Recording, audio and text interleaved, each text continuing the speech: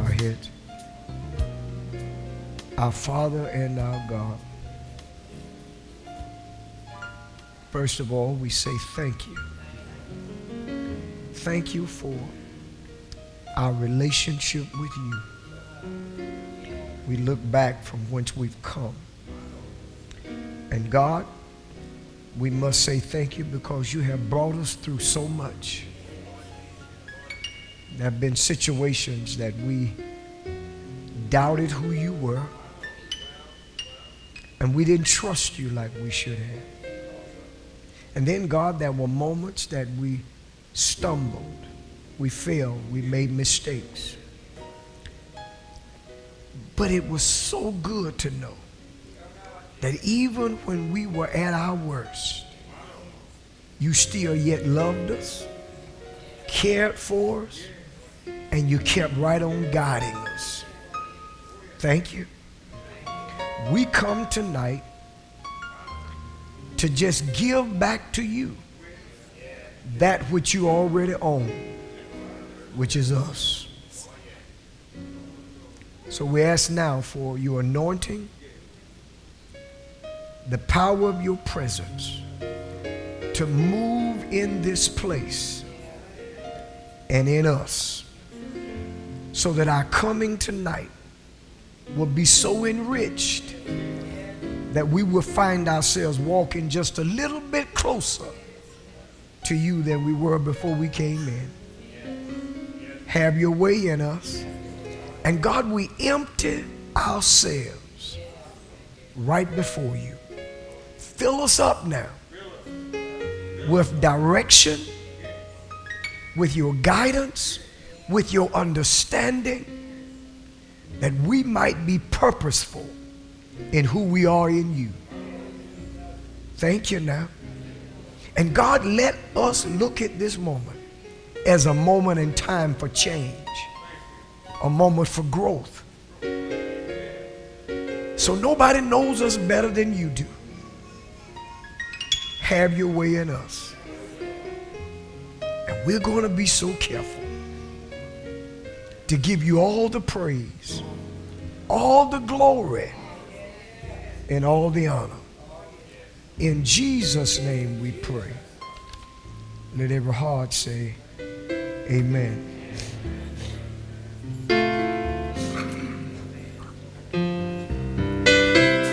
Anytime. Woo! My. I know I ask him to move, but so often we so accustomed to his presence showing up a little bit later. But whew.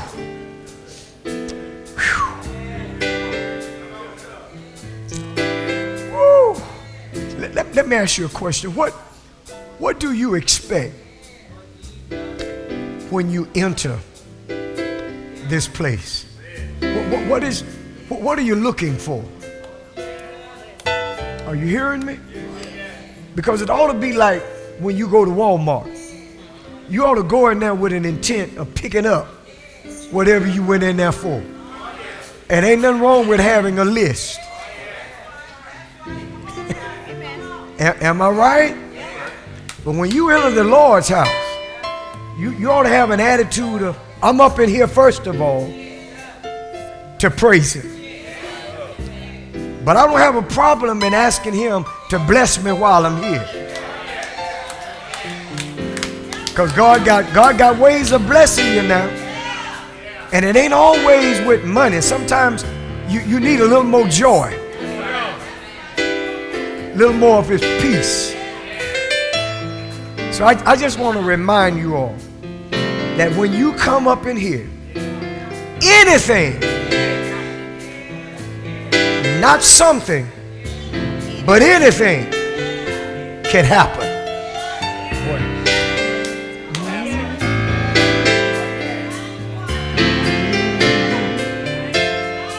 You are about to experience a life-changing moment.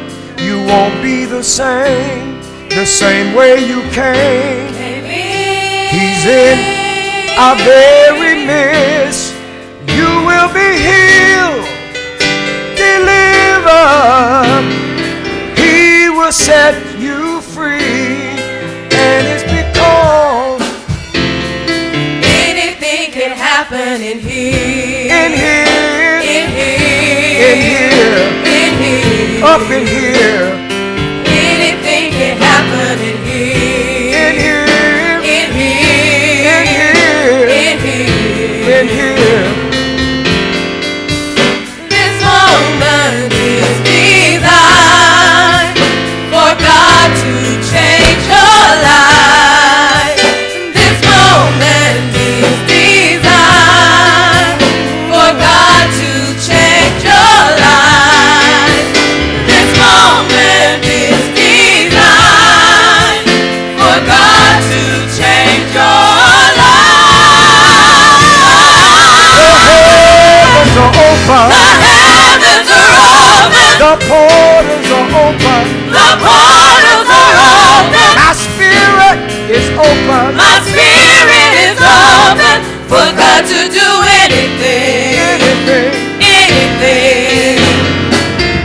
The heavens are open. My portals are open.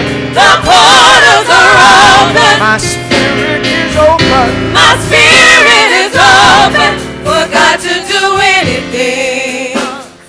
Anything can happen in here. In here. In here. In here. In here.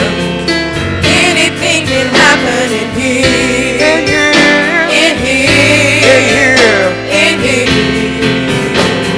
Something good is happening here. Something good. Something good. Something good. Something good is happening here. Something good. Something good. Something good. Miracles are happening here. Miracles. Miracles. Miracles. Breakthrough is happening here. Breakthrough. Breakthrough. Breakthrough. Something good is happening here. Something good. Something good. Something good. Something good is happening here. Something good. Something good. Something good. Miracles are happening here. Miracles. Miracles. Miracles. Miracles are happening here. Miracles. Miracles. Miracles. Breakthrough is happening here. Breakthrough. Breakthrough. Breakthrough. Breakthrough is happening here. Breakthrough, breakthrough, breakthrough. I am just one praise from my breakthrough.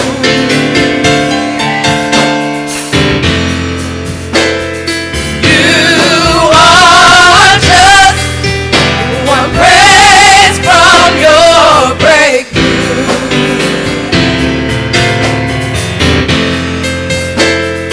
We are just one praise from our breakthrough. Because Something good can happen in here. In here. In here. In here. Anything can happen in here. You gotta believe that. In here. Breakthrough is happening here. Breakthrough, breakthrough, breakthrough. You ought to get your breakthrough. Breakthrough is happening here. Breakthrough, breakthrough, breakthrough. If you believe in miracles, miracles are happening here. Miracles, miracles, miracles.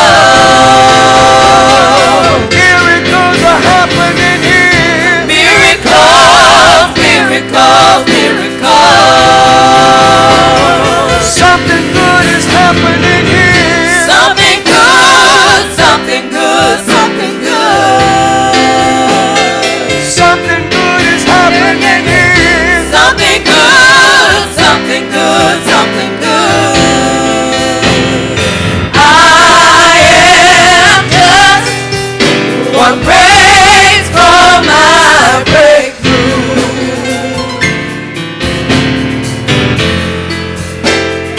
You are just one praise from your breakthrough.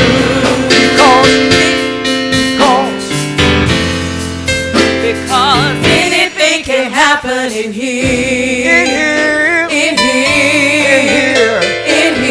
Here tonight. Anything can happen in here.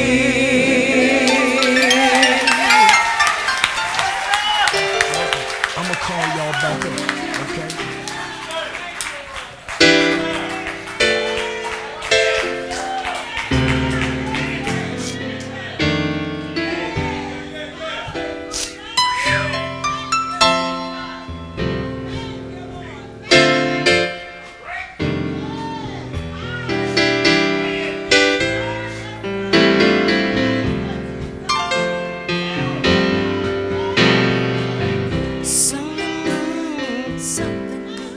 Something good.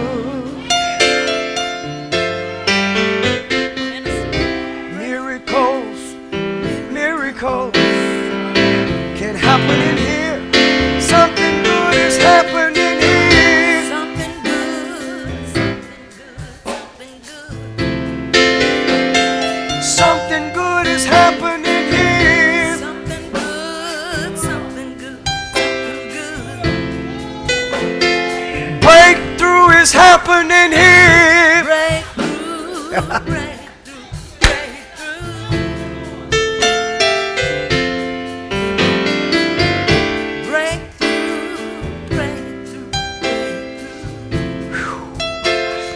I am just one praise from my breakthrough. Because anything can but in here.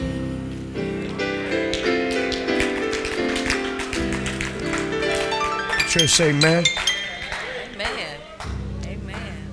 Let me quickly share with you something that has been on my heart and I've been praying about and talking to God and God talking to me. Satan has been busy robbing us. And the way he does it is whenever we make mistakes, whenever we do something that's not pleasing to God, Satan enjoys making us believe that that mistake can never be corrected. And it's already dealt with.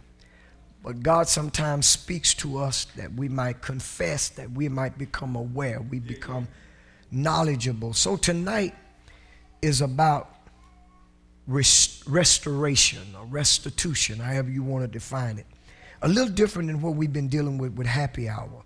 I want to take the opportunity to talk to us so that when we leave tonight, you will know who you really are in Christ. And we won't continue to walk around defeated. Because that's what he does. He'll make you think that the reason you're in the shape you in is because of something you've done. That's not true. We need to understand that through the Word of God, we have an obligation as a church. So I've been led by the Holy Spirit to focus on a quick passage of Scripture. This is not necessarily designed for you to deal with note-taking, so it's a little different. What you're going to get up on the screen is just going to be the text. Because I don't really want you to get bogged down in jotting stuff down. I want you to hear me. Is everybody with me? And I want to call your attention right quick to James chapter 5, verses 19 and 20. James chapter 5, verses 19 and 20. And it simply reads from the New King James Version of the Bible these words: Brethren, if anyone among you wanders from the truth, and someone turns him back, let him know that he who turns a sinner from the error of his way will save a soul from death and cover a multitude of sin. a very unique passage of Scripture. First of all, I want you to note in your Bibles that this passage of Scripture literally closes James's letter. Do y'all see it? It closes his letter. So he ends this epistle in a very unique way. He ends it, first of all, by making what we call an encouraging or supportive statement. And to conclude on that, you could almost say that it was a pastoral approach. Okay? It is a pastoral approach. And what James does here, he speaks to the body on the subject of restoration, or he focuses on the idea of a straying person, or one who wanders. Now, first of all, various problems within the body have been introduced. And that is, when you study James, James has already talked about some things that had gotten within the body. He talks about an unbridled tongue. He had talked about unproductive faith, worldly wisdom. He had talked about quarrels. He had talked about presumptuous attitudes. All of those things James has already laid out in his letter, and he closes it on making a claim that in essence that was an issue. That was an issue. And what I want us to do tonight is to fit ourselves in this. This is not a group thing. This is a personal thing. Does everybody hear me? So when James does this, we have to almost take the time and define what it is James is talking about. So if James is talking about restitution or restoration, what is it? What is it? Because the church has lost the idea of what that is. Because it's so easy to look at somebody else and point your finger. Okay? And say that person did this and this one has done that. But the whole idea is we are body together. Oh, y'all better stay with me. Stay with me. So let me define restitution or restoration. And it's nothing more than the act of restoring that which needs to go back to the rightful owner. That's what restoration is, or restitution. It is something has been taken away. Something has been stolen or lost or surrendered, and it needs to be given back. There are things in everybody's life, mine included. So I took me first, okay? That I have taken back from God that God owns. And as a result of that, it has damaged my fellowship, my walk with God. A good example of this is Zacchaeus. When you look at the example that the Bible gives regarding him as a tax collector, he makes an awesome statement to the Lord. He simply says, Lord, he says, look, Lord, I give half of my goods to the poor. And if I have taken anything from anyone by false accusations, I restore fourfold. That's the whole idea. So in James chapter 5, verses 19 and 20, James is dealing with the problem of backsliders. I don't think anybody sitting here really understands, other than a pastor, what it feels like to stand on a Sunday morning and see wayward children. It's almost like a mother looking for her oldest daughter, and she only comes home when she feels like it. That's something that's hard to explain. So over a period of time, my heart kept getting heavier and heavier and heavier and heavier. And the Holy Spirit spoke and said, well, it's time to talk about restoration. Because some folks stay away not because they want to, but some folks stay away because we don't have welcoming attitudes. Are y'all with me? So just a few lessons right quick, and I'll be out of your hair and we're going to go to the next thing. I want to pull some lessons from what James presents in the text. Okay? The very first thing, it has to do with what translation you have. Depending upon your translation, the verse has two ways of beginning. One is with the word brethren, And in other translations, he says, my brethren. It doesn't change it. It just adds a personal flavor to it. So we want to focus right quick on the word brethren. That word brethren implies that James approaches his argument from a very tender and respectful position. He calls his hearers, his readers, brethren. And that is extremely important because what James is doing is reminding us that we are all members of the family of God. How quick we forget. How quick we forget that when somebody stumbles, when somebody falls, when somebody errs along the way, all of a sudden they become an outcast. But the text, he calls them what? Brethren. So that means that James is talking to Christians, not sinners. He's talking to what? Christians. He's talking to us. Listen carefully to what he says. Now it's a play on terms, play on words. The next phrase, we got to quickly pull it apart. Notice what he says. If anyone among you wanders from the truth. Did everybody see that? I want you to let these two words sink in your spirit. Among you. Not down the street. Not cross town. James says among you. So that implies that the person that stumbled was a part of the local congregation.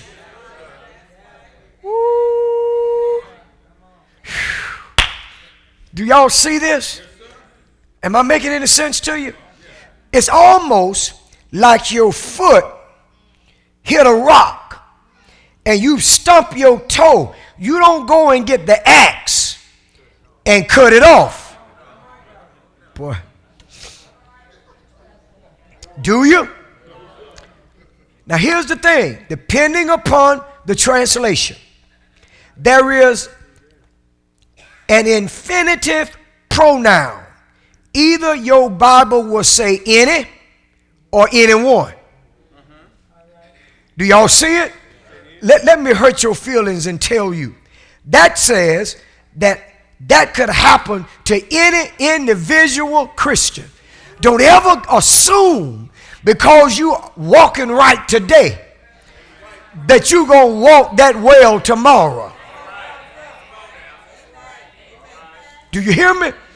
I'm trying to understand where are we with embracing each other. Am I making sense? Because if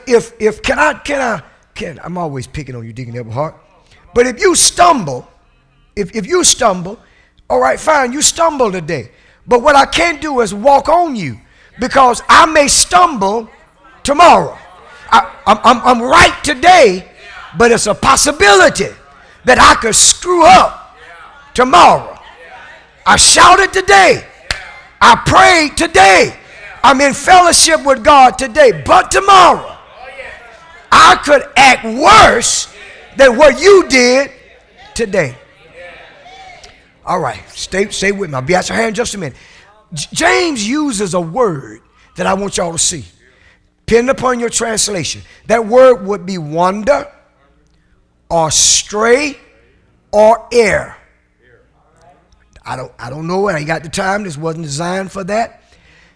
That word is translated deceive in James chapter 1 verse 16. Okay? That's what it's translated deceive in the text. So the word does not picture an idea of somebody accidentally or unconsciously departing from the truth. That's not what he's talking about. A wanderer is a brother who has wandered from the word of truth and has given himself that same word that gave that person spiritual birth. They wandered from it. Am I making sense? That's the way I feel sometimes as pastor when we have a tendency to ignore what's happening among us. And that bothers me. It bothers me because I don't need you to step on me when I'm down.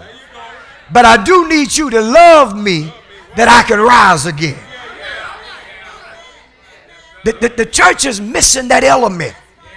We're missing that. We can do this all day. Oh, I saw what you did. I saw what you did. But can we honestly take the time to talk about loving? So what James is saying is that a person can stray or wander from the truth in two ways. And I'm going to be out your hair in just a minute. Doctrinally or practically. Boy, y'all better stay with me. Are y'all listening to me? All right. Let's talk about how a Christian can wander doctrinally. They may abandon great doctrines of the church. Now, if I didn't spend time teaching, I couldn't talk about this. But I can talk about it because I know what I've been teaching. Am I making sense to y'all? See, when I know I have tried my best to put you on a solid doctrinal foundation. I ain't hung up on what Sunday you were baptized, how much water you were baptized in, whether you went to the river or whether there was a pool. That doesn't faze me. What I'm concerned about, are you walking like whom you claim you were baptized in? Are you with me? And doctrinally, we are not hungry. Doctrinally, we are not thirsty. Because I hear folk talk, I went over so-and-so and this is what they were doing. You ought to be able to stand there and say, I'm at the wrong table.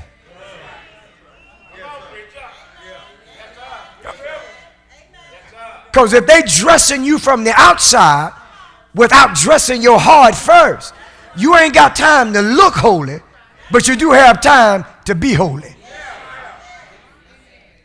So James is speaking from a doctrinal perspective, but then there's a flip side to that. James says that a brother can wander practically. Listen to me good. When James says practically, he's talking about the moral teachings. Are y'all listening to me? See, what I'm saying is, I need you to know I'm a daddy. Y'all still didn't get it. I am a daddy. Okay? And listen to me.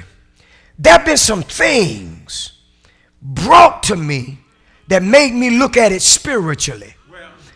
Everybody in here who's a parent can agree with me. If you ain't got no children, don't give me an amen. Because if you ain't there, you won't understand. When you've done all your teaching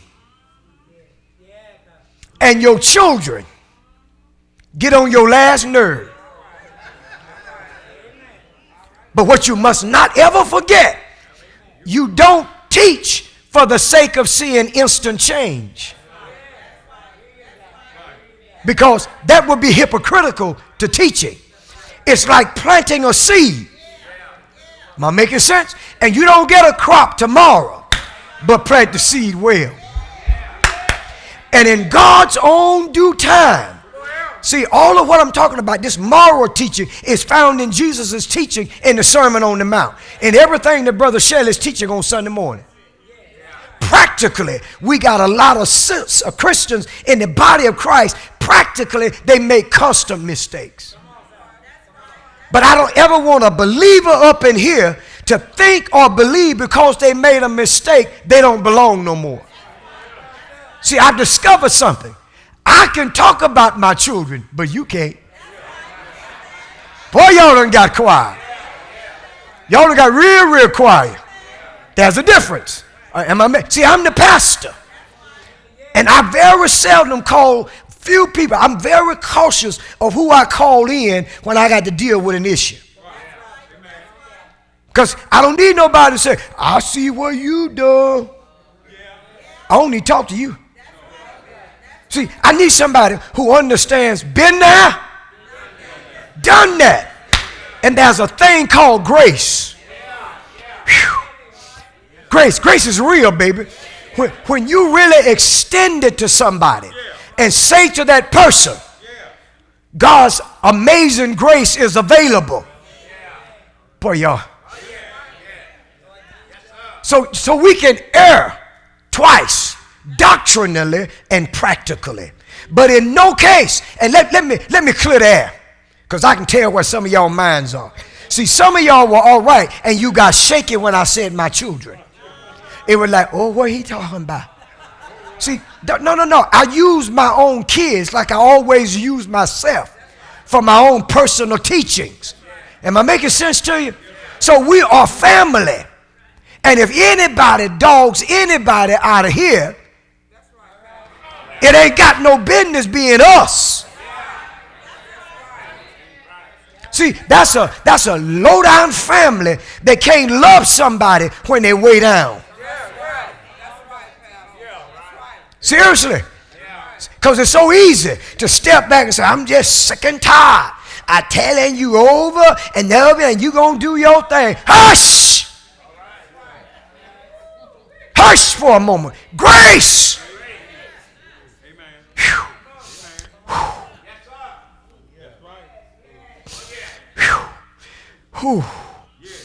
It doesn't mean you ignore the wrong, but you pray on how to approach it. Am I making sense to anybody? See, what you don't do, after the fish been caught, preachers, you don't pick it back up and throw it back out in the water.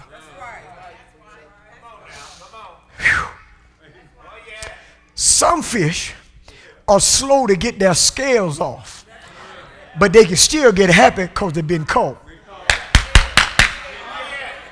All right. Watch James. It teaches us something when James says, if anyone among you wanders from the truth, it is quite possible for a believer to make error toward the truth. Are y'all listening to me? Y'all heard me preach Sunday after Sunday, teach Bible study after Bible study. Ask yourself, how many times have you stumbled every time you heard me teach? Watch James. Watch him. After James says this, the ultimate problem is one word: carelessness. That's why the person stumbled. Carelessness. I did something real stupid the other day and was totally embarrassed. I got out of the car over in the near Walmart to go in the ham place to get a sandwich for my wife. Wasn't nobody looking at me. I'm just walking up and never lifted my foot high enough above the curb to get on the sidewalk and completely stumbled. And what was so embarrassing wasn't the idea that I stumbled, but that I didn't know folk were looking. So I had to catch myself, and when I caught myself, I was twisted. Y'all stay with me now. This is going to bring about a spiritual concept. That tells me that I knew where I was going. Okay, I knew what I was going in there to get, but I just didn't lift my foot up high enough. It's possible as a child of God to know where you are going, but to accidentally, good God from Zion, not do the right thing at the right moment, and you stumble. And I don't know whether I was embarrassed or shamed. But you ain't never seen a little man get it together so quick. I twisted around and got myself together. I was so embarrassed, I didn't have time to look to see if anybody was looking. But you talk about a man holding his breath, because I was breathing heavy. Because when you reach a certain age, when you hit the ground, you might break stuff you can't fix. What I'm trying to teach us, I need you to hear me. I need you to hear me tonight. God is calling us as brothers and sisters of a family to know how to support one another. Not tell me it's all right to do wrong, but love me enough back to do right. Don't dog me when I'm wrong. Teach me, love me. And some of us got a problem with that. Some of us sitting here, right, we got a problem with that. Because we don't understand that if God loves me, as messed up as I am sometimes, I got a right. a privilege, an opportunity to love you the same way. And then pray and talk to God. Say, God, how do I approach this brother? How do I deal with him? What do I say? How do I handle her? So James, listen to James. James says, and someone turns him back. Someone turns him back. Someone turns him back. That verb literally means that that person has turned their life around. See, I told y'all the Holy Spirit said to me, this church is a teaching church. So for years, he's been after me. He's been after me constantly. So sometimes I hit the pulpit and I talk to y'all about the teaching. Then I go back in the office, and during the week, I got to sit there and mope and cry and go, God, what have I done wrong? What am I not doing? What is it? What is? And he says, stop. Stop. Recognize that what I call you to do, you're going to be attacked in the process. So since I'm being attacked, I'm talking to those that are sometimes attacking. I'm not mad with anybody. I'm trying to get, I have preached over and over, constantly. But the essence of what James is saying, that the person's life was turned around. Do y'all not know that's our purpose? It's to make sure that a person who has made an error turn around. I don't think y'all get it. I want to go somewhere so bad. No, I can't. No, I can't. I can't. Because I'm right here. I'm right here. I'm right here. Whew. He'll let me. Look at the last verse. Look at the last verse, verse 20. In verse 20, James here assures the results of restoration. Now this is, he closes this thing and said, let me show you how important it is about restitution or restoration. How important it is, James? Listen to what he says. Let him know that he who turns a sinner from an error of his way will save a soul from death and cover a multitude of sin. Now look at what James does. James approves and James encourages restoration. The black church doesn't even know nothing about it. We don't know nothing about restoration because we are not even spiritually together. See, it's hard for me to teach somebody how to understand when you ain't where I am. Boy, y'all. See, when you haven't walked in my shoes, you don't understand. Whew. So James encourages the idea. But look at how he does it. First thing he says, let him what? Know. This is a personal word of assurance. James said, let him, he didn't say let them know. Let him know. Let him know. Watch me now. This lets us know that it is a work that is supposed to be appreciated and accepted. Not talked about, not gossiped over. Okay? Let me tell you something. If I'm in the street and a person comes up to me and it has happened, what I understand so-and-so over there at your church. Mm-hmm. Yeah. Well, let me tell you, I don't need you to tell me. See, what y'all don't understand, y'all got a dad that don't allow other folk to dog the sheep that I'm going to pastor. See, that's just like you walking up in my house and you going to sit in my living room and talk to me about my 4 children. No, I don't think that's going to happen. In fact, I'll show you the door. Boy, y'all, now, that doesn't mean there's some folk that I'm close enough to, they know how to approach me. If it's something that my kids have done wrong, by all means, I ain't talking about them kind of folk. I'm talking about gossipers.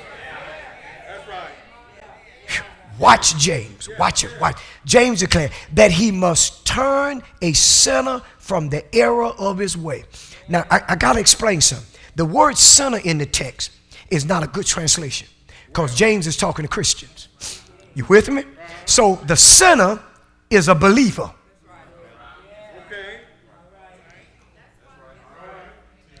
The sinner is a what? Believer. Are you with me? And since the sinner is a believer, I want to show you something. The sinner is the brother that the text started out talking about.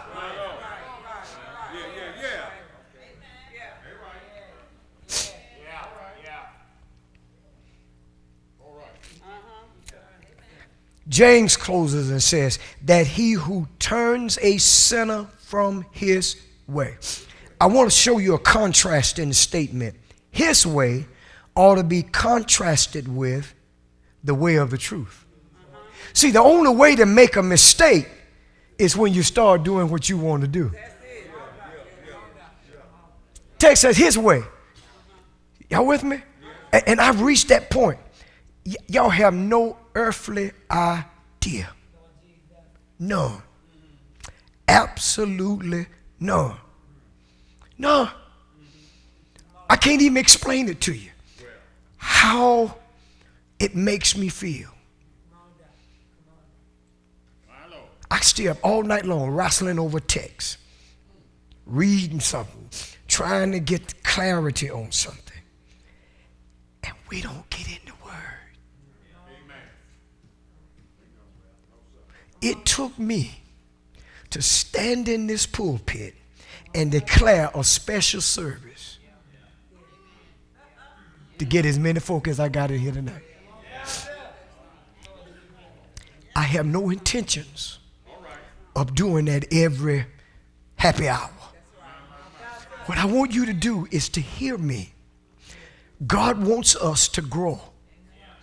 He wants us to become a better church, but you can't do it by yourself. So that means we can't step on one another. When somebody makes a mistake, pull the person into the fold and say, I love you enough because I found some stuff out. I know now why God carried me through some stuff.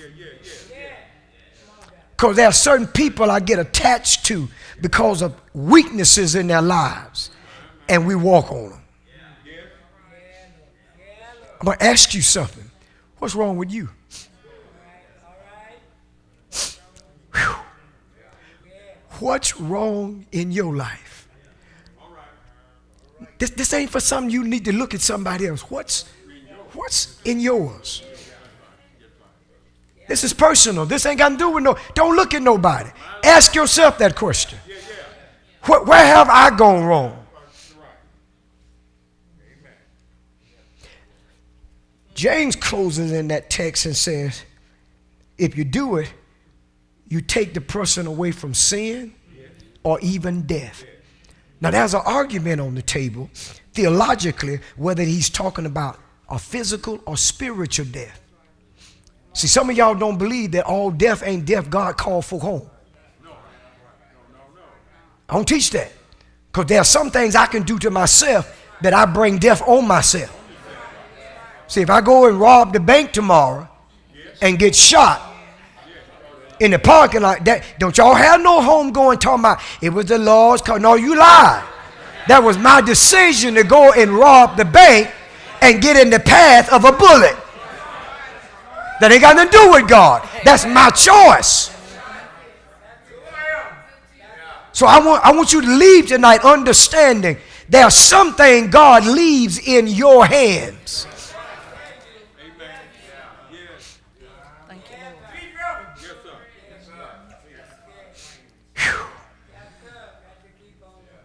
Am I making sense to you?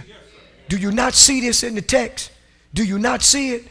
So you causes the person to turn away. So listen to me. When he uses this idea of sinner, what he's talking about, he's not talking about the different acts of sin. Can I help you? He's talking about the person who took what God had to offer and started walking right.